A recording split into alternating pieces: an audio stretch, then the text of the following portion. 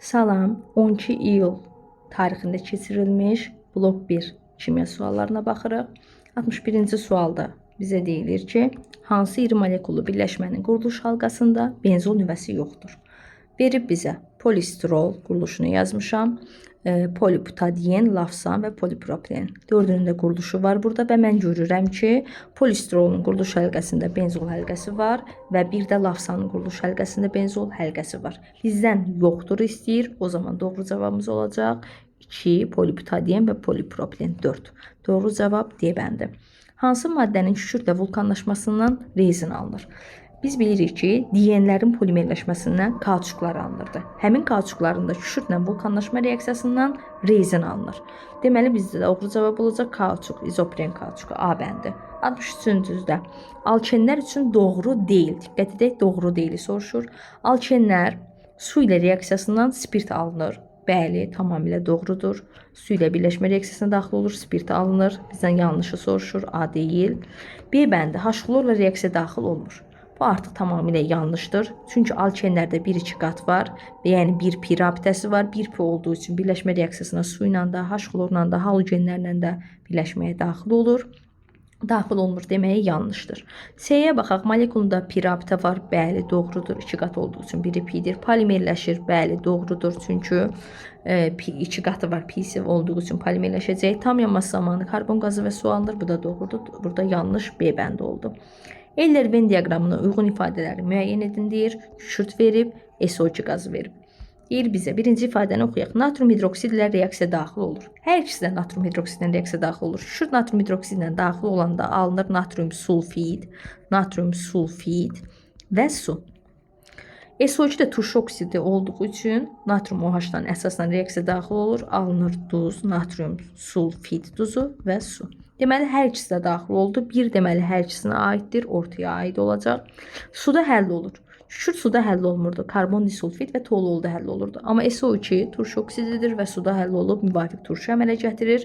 Ona görə də suda həll olur. Yalnız SO2-yə aiddir. Adi şəraitdə bərk haldadır. Kükürt bərk halda bir qeyri-metaldır. Lakin SO2 qaz halındadır. 3 ona görə aid oldu yalnız kükürdə.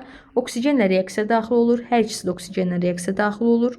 Kükürt oksigenlə reaksiya daxil olub kükürt qazı SO2 əmələ gətirir. SO2 isə katalizator iştirakı ilə oksigenlə reaksiya daxil olub SO3 əmələ gətirir. Ona görə də hər ikisi də daxil olur. Ona görə də 4 hər ikisinə də aid oldu. Bizdə doğru cavab olacaq Y bəndi. Burada bir dənə diqqət edək ki, üçüncünü sonda yazıb, ona görə 1-4 sonda olacaq. 65-ci sual. Burada 1 mol orta fosfat turşusu verib, 2 mol da natrium OH verib və nəticədə deyir ki, 1 mol normal duz alınsın. Normal duz alınıb. Biz bilirik ki, normal duz nə zaman alınır? Turşudakı hidrogen sayı ilə əsasdakı OH sayı bərabər olarsa normal duz alınır.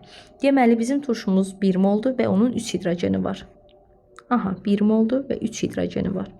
Tam neytrallaşma getməsi üçün bizə də 3 OH lazımdır ki, tam neytrallaşma getsin. 3H, 3 OH ilə birləşsin, 3 mol su əmələ gətirirsin və tam neytrallaşma getsin. Deməli, X olacaq 3. Tapdıq bunu. İndi növbətiyə baxaq. Bizə deyir ki, 1 mol sulfat turşusu H2SO4 Y mol natrium OH ilə birləşib və turş tuzu əmələ gətirib. Turş tuzu əmələ gəlməsi üçün hidrogenin sayı OH-ın sayından çox olmalıdır. 1 mol sulfat turşusunda 2 hidrogen var. OH bəs görək nə qədərdir? 2 olsa, o zaman 2H, 2OH tam neytrallaşma gedir. 2 mol su əmələ gəlir və normal duz alınır. Deməli, bizdə turş olması üçün, turş duz olmaq üçün hidrogenin sayı OH-dan çox olmalıdır. 2 hidrogeni var, o zaman 1 OH olmalıdır ki, 1H, 1 OH aparsın və yerdə 1H qalsın ki, turş duz alınsın. Deməli, bizə 1 mol OH lazımdır. Y bərabər olacaq 1-ə. Aha, indi növbətiyə baxaq. Metafosfat turşusudur. Metafosfat turşusunda HPO3 bir hidrogen var və 1 mol götürmüşük. 1 HPO3-də 1 mol HPO3-də elə 1 hidrogen var və bizə şərtdə deyir normal duz alınsın. Normal duz alınması üçün OH-ın sayı hidrogenin sayına bərabər olmalıdır. Yəni 1-1 olmalıdır.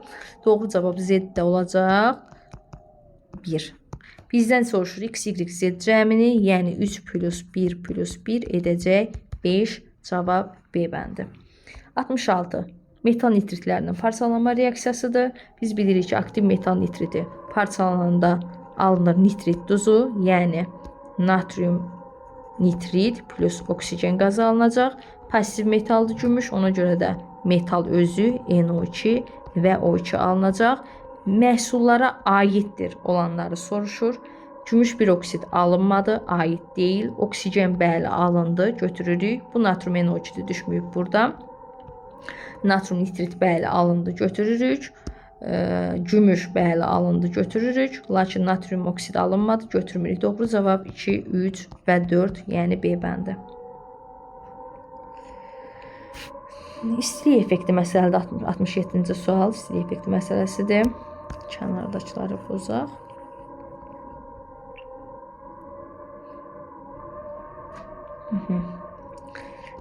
Qrafiki oxuyaq əvvəlcə. Görürük ki, burada asitliyin kütləsinin ayrılan istilik miqdarından asılı qrafikidir. Yəni deyir 13 qram asitliyin reaksiyaya daxil olanda A kilojul istilik ayrılır. Reaksiya tənliyimizi yazaq əmsalları ilə. Sol tərəfi yazım kifayətdir. İstilik effekti məsələsində sağa bir Q yazırıq. Reaksiyanın qarşısındakı sabitdir, onu həmişə aşağı yazırıq. Bizə deyir neçə qram asitliyin reaksiyaya daxil olub? 13 qram. Deməli, yuxarı yazacağıq 13 qram. Aşağı isə yazacağıq emerini. Emeri 26-dır və qarşısındakı əmsalı 2-yə də vuranda edəcək 52. Buradan hesablasaq, tapsaq ayrılan istilik miqdarını görəcəyik ki, 13 52-dən 4 dəfə balacadır. 2600-dən də 4 dəfə balaca, yəni 650 edəcək. Deməli, biz tapdıq ki, A 650-dir. A-nı tapdıq. A-nı tapdıq ki, A 650-dir. Kənara yazaq. İndi isə digər qrafik oxuyuruq. B qram asitliyin reaksiya daxil olub, 1300 kilojul istilik ayrılıb. O zaman biz bunları silək. Bizə deyir ki, B qram asitliyin daxil olub və 1300 kilojul istilik ayrılıb. Buradan da B-ni hesablasaq, B edəcək 26. Aha. Bizdən soruşurdu A bölünsün B nisbətini. A-nın B-yə nisbətini soruşur. 650-nin 26-ya nisbəti edəcək 25. Doğru cavab olacaq C bəndi. Növbəti tarazlığa aid bir sualdır. 68-ci sual. Deyir, tarazlığı etil spirtinin CH5OH-ın alınması istiqamətinə necə yönətmək olar? CH5-in alınması istiqamətinə baxanda görürük ki, CH5OH sağ tərəfdədir. Yəni tarazlığı sağa tərəf deyir yönəlt. Mən burada görürük ki, ya maddə əlavə edilib, ya da çıxarılıb. Deməli, qatılığın tarazlığa təsirindən söhbət gedir. Tarazlıq həmişə qatılığın azalması istiqamətində yerini dəyişir. Yəni qatılıq sağda az olacaqsa, tarazlıq sağa yerini dəyişəcək. Sol tərəfdə az olacaqsa, sola yerini dəyişəcək. Birinci ifadəni oxuyuruq. Birinci ifadədə deyilir ki, su əlavə etməklə. Mən baxıram ki, su mənim reaksiyamda sol tərəfdədir. Mən sola maddə əlavə etdiyim zaman sağ tərəfdə qatılıq azalacaq. Ona görə də tarazlıq qatılığın azalması istiqamətində, yəni sağa yerini dəyişəcək. Deməli, bir doğrudur. İkinci, qarışqa turşusu HCOH əlavə etməklə. HCOH baxıram ki, mənim reaksiyamda sağ tərəfdədir.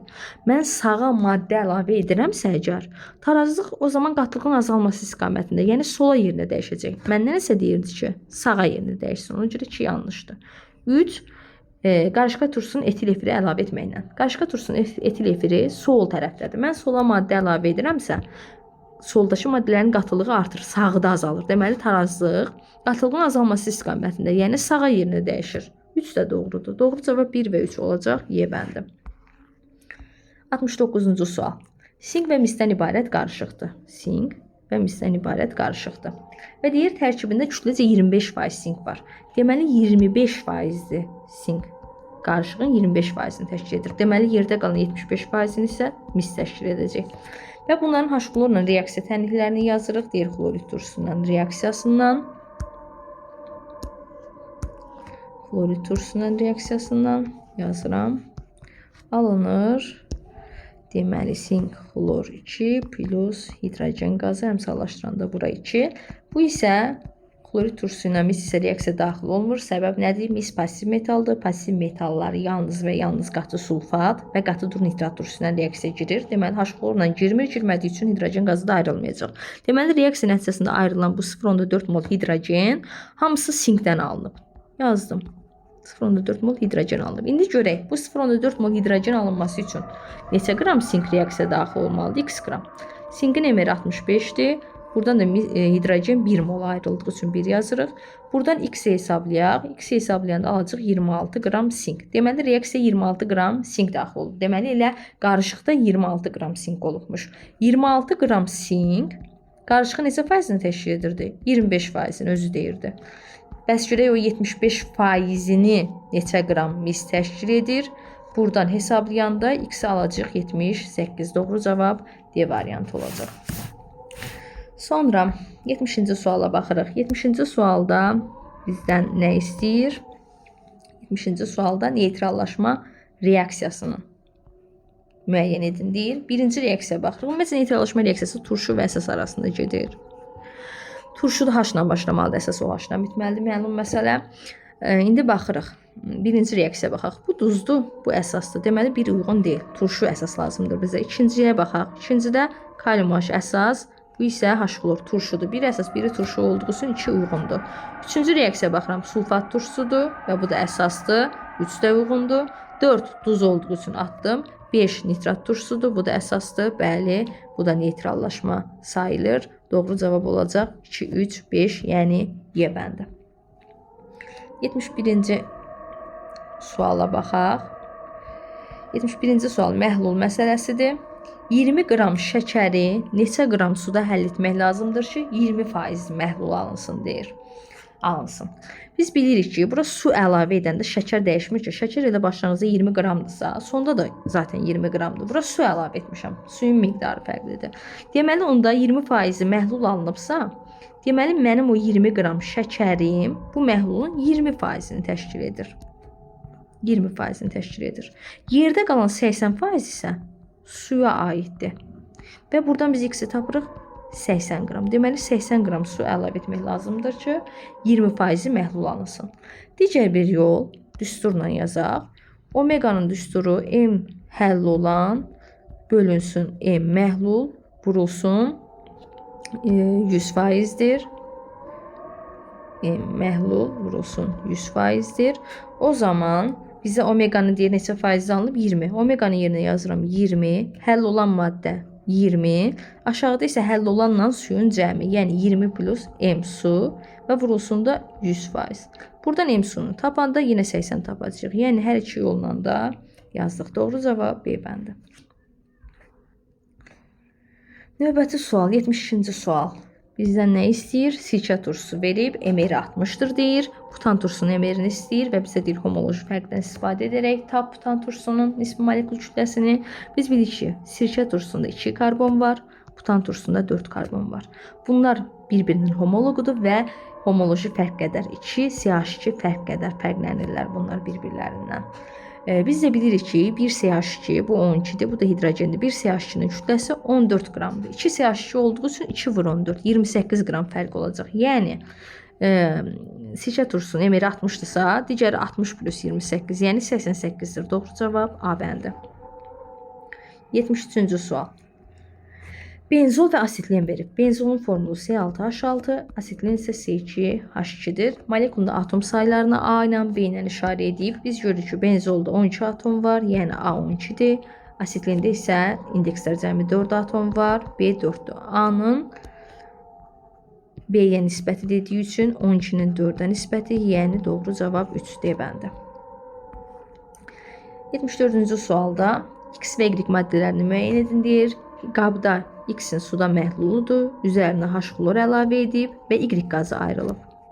Baxaq görək hansı cavab uyğun gəlir buna. A bəndinə baxaq. A bəndində ferrum SO4-ün X duzu üzərinə H klor gəlib. Baxaq görək reaksiya gedirmi? Duz turşu reaksiyasıdır. Duz turşu reaksiyasının şərti odur ki, çöldəki turşu duzun içindəkinin turşusundan qüvvətli olsun ki, onu çıxara bilsin, döyüb çıxara bilsin. Biz də bilirik ki, sulfat turşusu, qatı sulfat turşusu turşuların şahıdır. Onu heç bir turşu duzundan sıxışdırıb çıxara bilməz. Ona görə də bu reaksiya getmir ki, mən bunun doğruluğuna da baxım. A yanlışdır. B bəndi kalium nitrat plus H klor yazıram. Bu reaksiya da getməyəcək. Niyə getməyəcək? Çünki nitrat turşusu, klorid, bromid, yodid və orta fosfat H3PO4 bu turşuların sıxışdırıb çıxarma sırasında eyni qüvvətli olan turşular idi. Yəni bu turşular bir-birini duzla sıxışdırıb çıxara bilmir. Nə zaman çıxara bilərdi? Sağda çöküntü alınsa. Bu reaksiyada sağda da çöküntü alınmır. Kalium xlor alınır, o da həll olan duzdur. Deməli bu reaksiyada getmir. Ona görə də biz sağdakı Y qazının doğru olub olmamağına heç baxmırıq ümumiyyətlə.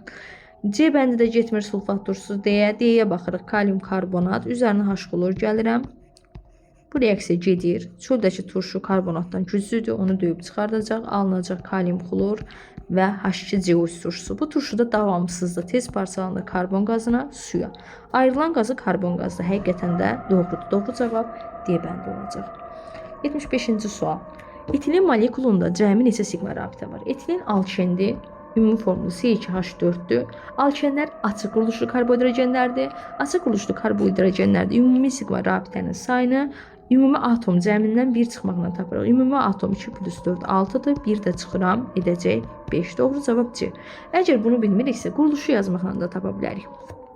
Etilin alkendir. 2 karbonu var və alken olduğu üçün 2 qatı var və kənarlarda 2 hidrogen düşür. Biz bilirik ki, burada biri sigmadır, biri pidir. Hidrogenləri də açıq şəkildə yazsaq, onlar da tək qat rabitə ilə birləşib, yəni onlar da sigmadır. Həqiqətən də 5 sigma rabitə etdi. Növbəti, hansı maddələr qaz halındadır? Soruşur. Tərkibində metal varsa o maddə mürəkkəb maddədir, avtomatik atacağıq. A bəndə litium hidrat, litium metalı var, avtomatik atdıq, bərkdir. B bəndə kalsium metalı var, atdıq. C bəndə mis metalı var, atdıq. Qaldı D və Y. Y-də CH4 qazdır, okey. Silisium O2 isə oksiddir və bərk halda bir oksiddir. Çünki silisium O2, P2O5, N2O5 oksidlərin aqreqat hallarını keçəndə demişik ki, bərk haldadır. Ona görə Y-də yanlışdır. Doğru cavab D-dir. Karbon qazı və amonyak qazı həqiqətən də qaz halındadır. 77-ci sual. Şəklə əsasən hidrogen qazı almaq üçün istifadə olunan X və Y maddələrini müəyyən edin. X və Y əlavə edib hidrogen almaq lazımdır. H xlorla dəmir, bəli, doğru cavab ilə A bəndidir. Dəmir H xlorla reaksiya gedəndə alınır dəmir 2 xlorid və hidrogen qazı. Hidrogen alınma reaksiyalarından biri metalların turşularına qarşı təsiridir. Deyəcəksiniz ki, bəs B niyə olmadı? B-də də metal turşudur. Sadəcə fərq ondadır ki, mis pasiv metaldır. Pasiv metallar isə yalnız qatı sulfat qatı duru nitrat turşularından hidrogeni sıxışdırıb çıxara bilir. Onlarla reaksiya daxil olur. Onun üçün doğru cavab A bəndi oldu. 78-ci sualda atomun tərkibinə aid bir sualdır. Baxaq, bizə iyonlar verilib. X iyonudur. Ayrı 23'dür. Sıra nömrəsi 11'dir. İyonun yükü də müsbət 1'dir. Bizə neutron sayını tapmamızı istəyir. Bir də elektron sayını. Neutron sayını A ilə işarə edib, elektron sayını B ilə. Əvvəlcə görə neçə neutron var? 23'dən 11 çıxırıq, 12 neutron. Deməli A 12'dir. B isə elektron sayıdır. 11 elektronu var idi. Birini itirdi, 10 oldu. B də 10'dur. Tapdıq bunu. İndi baxaq. İndi baxırıq. Digər iyona baxaq. Digər iyonda Y N iyonudur. Ayrı 24'dür. Ayrı 24'dür. Sıra nömrəsinə baxırıq ki, biz burada sıra nömrəsini bilmirik. Sıra nömrəsini sonra tapacağıq. Burada bunun ayrı bizə verib deməli. A, neutron sayını A ilə verib. Neutron sayı 12'dir. O zaman biz sıra nömrəsini tapırıq. 24'dən 12 çıxmaqla sıra nömrəsi 12'yə bərabərdir. Elektron sayını tapırıq. Elektron sayını B verib. B-ni biz 10 tapmışıq. Bunun iyonun elektron sayı 10'dur. 12'dir. Neçəsini itirib ki 10 olub. İkisini deməli N'in 3 bərabərdir müsbət 2'yə. Doğru cavab Y olacaq. 79-cu suala baxırıq. 79-cu sualda kalsiumdan fosforun qarşılıqlı təsir reaksiyasıdır. Birləşmədir. Bir maddə alınacaq. Alınacaq buradan birinci katyonu yazırıq. Sonra fosforu yazırıq. Kalsium sabit müsbət 2'dir. Fosforda binar birləşmələrdə minimum oksidaşma dərəcəsi göstərir. Yəni -3 birləşmə bu cürədir. Adı da olacaq kalsium fosfit. Doğru cavab C. 80-ci suala baxıram.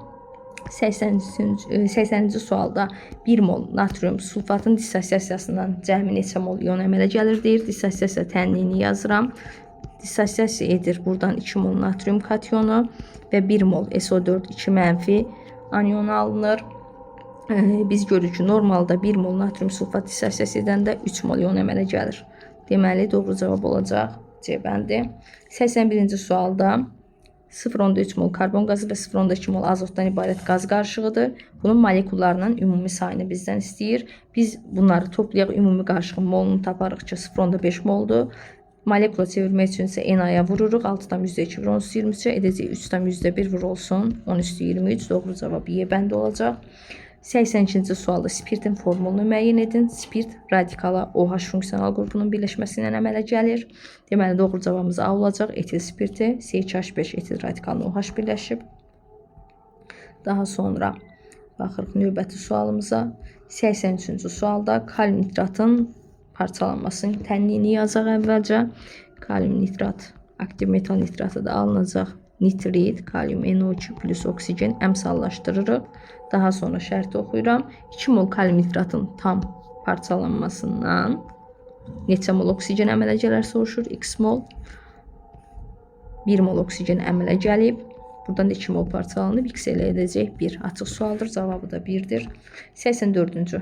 Bu ümumi formul doymamış bir əsaslı karbon turşularının ümumi formuludur. Etan doymuşdu. Stearin doymuşdu. Olein bakteril isə doymamış karbon turşularıdır. Çünki tərkibində pirapitə var.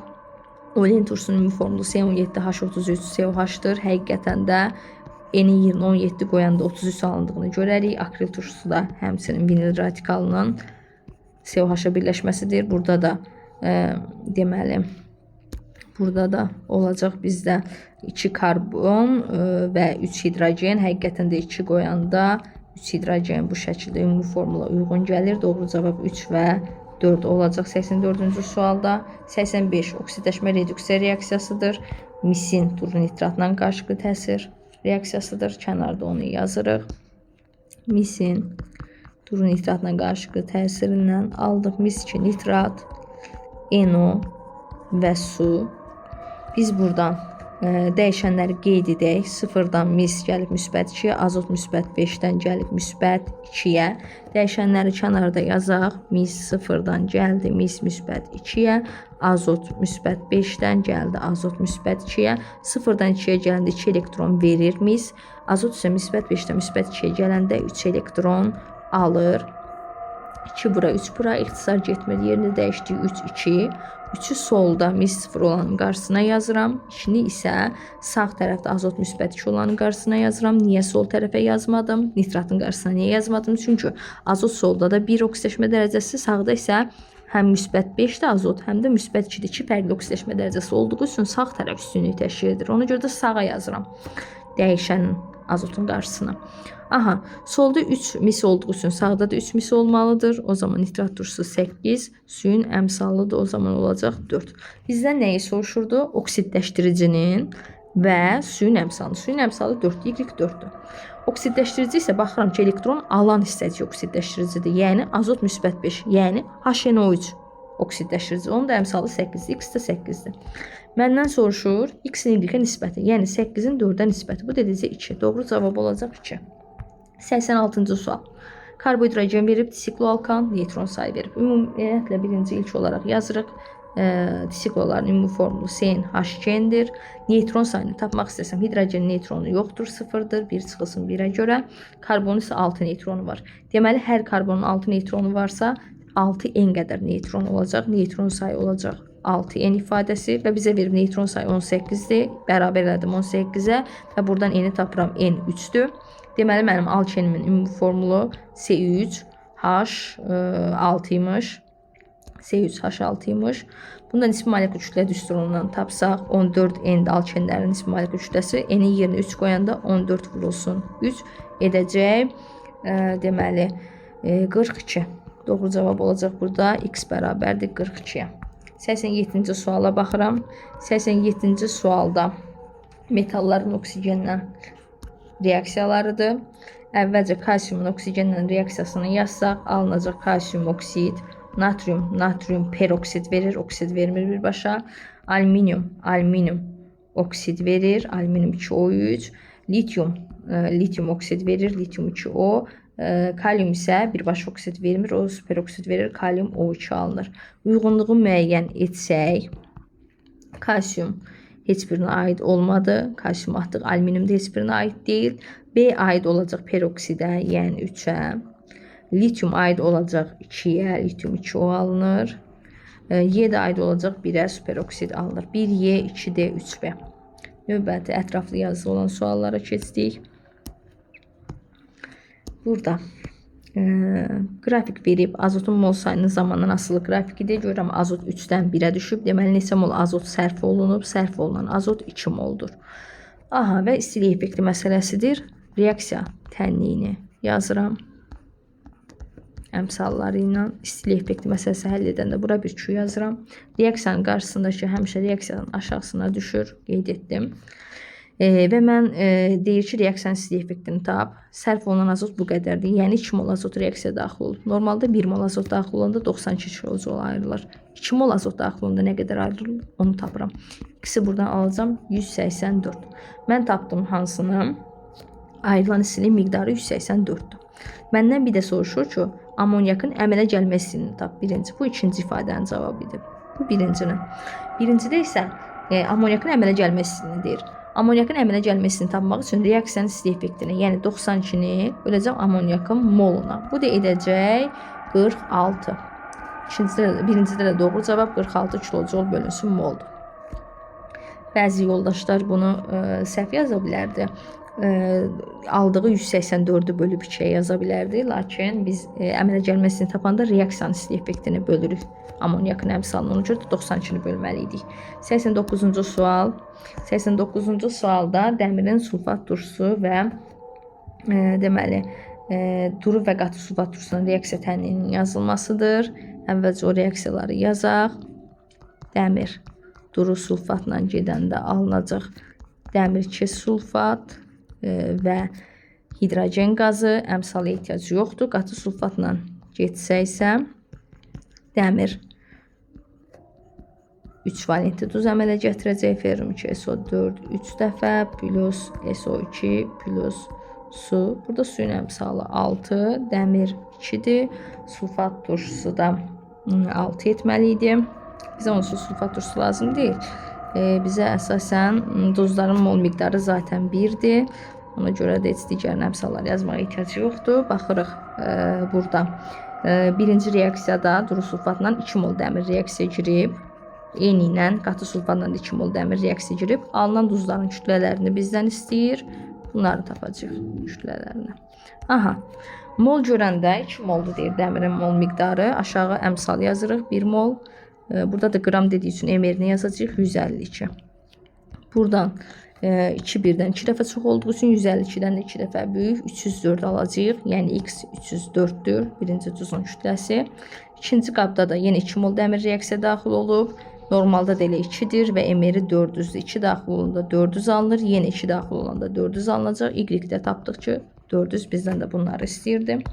90-cı məsələyə baxaq. 90-cı məsələdə isə bizə amol propen verib. Propen C3H6-dır. Divinil isə C4H6-dır. Ümumi atom sayını 28 verib və bu amoldur. Bu isə bemoldur. Atom sayı normalda propende indekslər cəmi 9 atom var. A molunda isə 1 molunda 9 atom var. A molunda isə 9 sayda atom var. Burada isə 10 atom var 1 molunda. B molunda isə 11 atom var. O zaman bizə deyir ki 28-dir. Biz bu tapdığımız atomların cəbri cəminin, yəni 9A plus 10B'ni bərabər edəcəyik 28-ə. Və bizə bir şərt də verib ki, qarışığın tam hidrogenləşməsinə 8 qram hidrogen sərf olunur. Əvvəlcə o 8 qramı mola çevirək, yəni hidrogen emerinə bölüb çevirdim mola ki 4 moldur. Yəni 4 mol hidrogen sərf olunub bunun hidrogenləşməsinə. İndi baxaq görək necə olacaq hidrogenlə sərfi. Bu propen alkendir. Bir pir abidəsi var. Maksimum 1 mol hidrogen birləşdirir. Divinil isə alkadiyendir. 2 pisi var. Maksimum 2 mol hidrogen birləşdirir. 1 molu 1 mol hidrogen birləşdirəndə A molu A mol hidrogen birləşdirir. 1 mol 2 mol hidrogen birləşdirəndə B mol divinil 2B mol hidrogen birləşdirir və bərabərdir 4 mola biz mola çevirmişdik. Buradan bu sistem tənliyi həll edəcəyik. Sistem tənliyi həll etsək, əvəzləmə ilə həll edək. Buradan yazarıq A bərabərdir 4 minus 2B'yə gətirib yuxarıdakı tənlikdə A-nın yerinə 4 minus 2b yazacağıq. 9 vurulsun 4 minus 2b plus 10b alınıb 28. Buradan həll etsək 30 mötərizənin içine atsaq 36 minus 18b plus 10b bərabərdir 28. 36 minus 8b bərabərdir 28. Bu da edəcək ilə 36, o da edəcək b bərabərdir.